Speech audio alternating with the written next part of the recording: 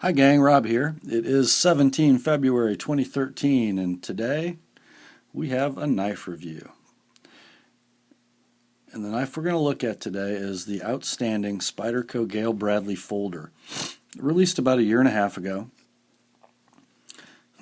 Constructed of a blade made of CPM M4 tool steel, 3.4 inches long, hollow ground in a modified drop point design with a pretty deep hollow grind.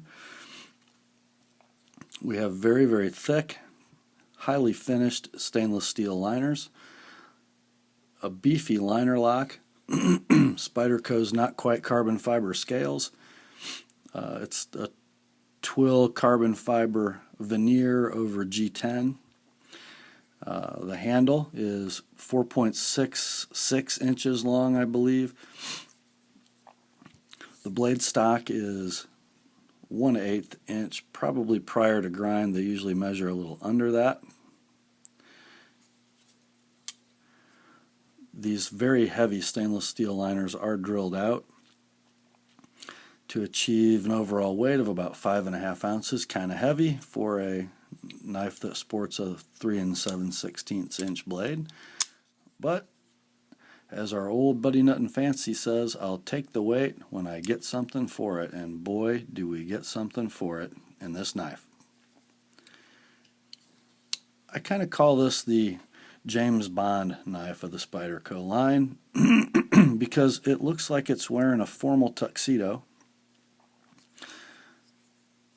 but if you meet it in a dark alley, you're probably going to leave bleeding. Not that it's a tactical blade, because Mr. Bradley himself will tell you it's not. My point is, not only does it look like a gentleman's folder, but when it comes to work, few folding knives can match it. Let's talk about why that is. First of all, the blade steel is excellent. M4 tool steel is a high-speed steel that is extremely tough and can stand up to continuous wear and heat. Heat not really very important in a pocket knife, but toughness is. And by toughness we mean the knife can not only achieve a very high hardness and function at a high hardness, but it can do so without chipping or breaking. It is not a stainless steel. It will rust if you don't take care of it. I would suggest you not use this for food preparation, especially involving any kind of fruit with a lot of acid in it, or you'll develop a heck of a patina pretty quick. But that really wasn't the designed use for the knife.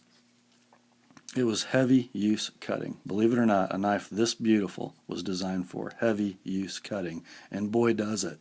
Let me tell you, I had this knife for about a month, and my daughter was in a Pinewood Derby race, where you carve a little car out of a solid block of pine and finish it and race it. The car that we entered was completely roughed out using this knife, brand new. And I just wanted to kind of see how it would perform, how it would cut, how well it retained an edge. It did very, very well. We'll talk a little bit about the construction.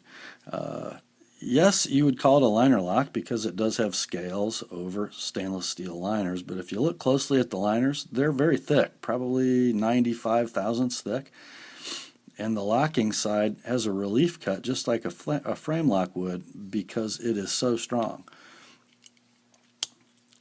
Also, if you notice, there's really no relief cut out of the right side of the frame to allow thumb access to that liner. You just sort of have to bury the meat of your thumb in between and push over. Mr. Bradley explains that in his philosophy video about this knife, to say that because it's a working knife and it could be engaged in work and twisted and turned, he didn't want there to be any way that your hand could accidentally release the lock. And believe me, you'll not do that.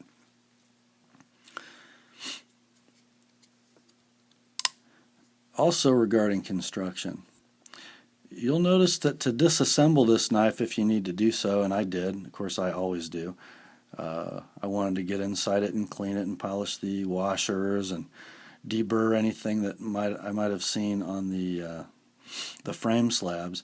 But this comes apart like the side plate of a Smith & Wesson revolver. You're not going to pry it apart. Best thing you can do is sort of lay it loosely in a hand with all the screws out and kind of tap it with a plastic mallet and wait for that frame to pop. If you try to pry it, you're probably just going to put gouges in the frame. I also noticed while I had it apart that the frame of the knife is Blanchard ground for flatness. Everything goes together very tight, and it's very parallel, and it's very flat, which gives you a knife with great side-to-side rigidity. There's absolutely no hint of play or give in that knife, but also one that operates very smoothly. I'm going to show you by deploying the liner lock how the blade will drop freely until it hits the detent ball. Watch this.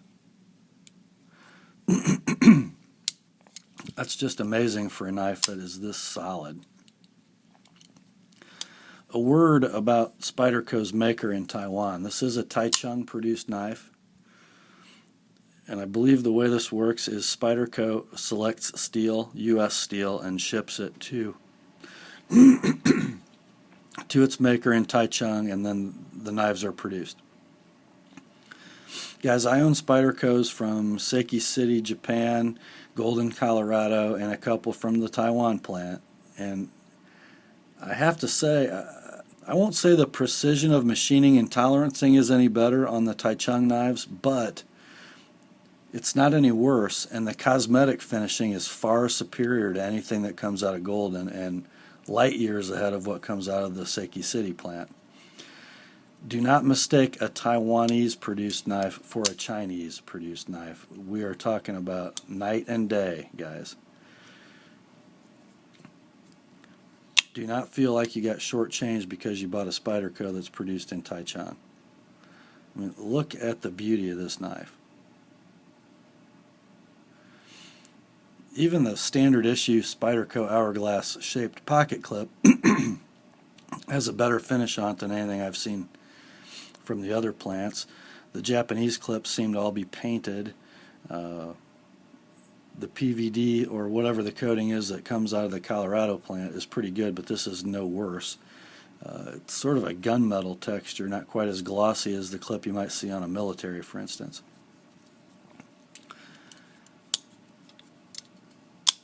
I don't know if you can really detect how super smooth and solid that is. You really have to feel it.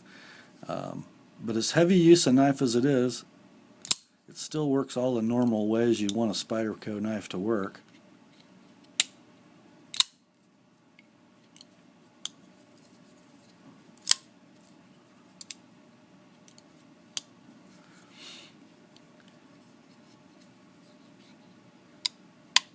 Can you hear that? Can you hear that clunk?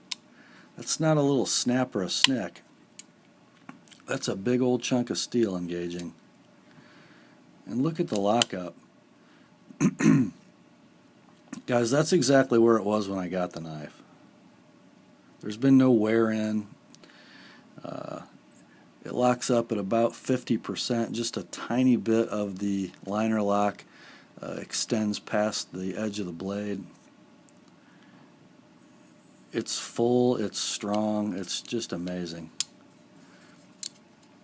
I am looking for your help, you knife guys, on sharpening. When I finished my daughter's car and I went to reprofile and put a polished edge on it and bring it back to EDC sharpness, I frankly had a heck of a time finding a sharpening media that this steel liked. I think they hardened these to about 61, 62 Rockwell. And I didn't necessarily have a problem removing material. I had a bit of a difficult time making a hair-whittling sharp edge with this M4. In fact, I got it close, and after months of cutting cardboard, daily use, and honing and stropping, it just seems to get better with age, I guess. It's super sharp right now, but man, it was hard to get there. It's just another one of those paradoxes about this knife. It looks like this beautiful, elegant gentleman's folder, but it just destroys wood, and then when it finally does need to be sharpened, you better bring your A game. This is not a knife for the novice. It's a knife for someone who really appreciates the art of knife making and knife using, I think. When this knife was purchased for me, I think they were selling for about $120, $125.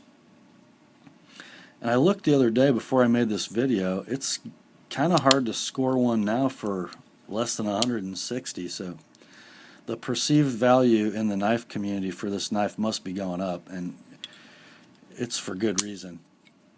I don't know if I said this yet or not, but it might be my favorite folding knife.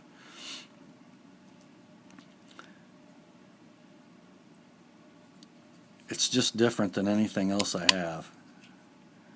Not tactical, not light, but what a user. You know, you tactical guys are looking at that finger choil going, oh my gosh, during a thrust cut with no jimping, your index finger might slide forward on that blade. Well, it wasn't made to stab people with.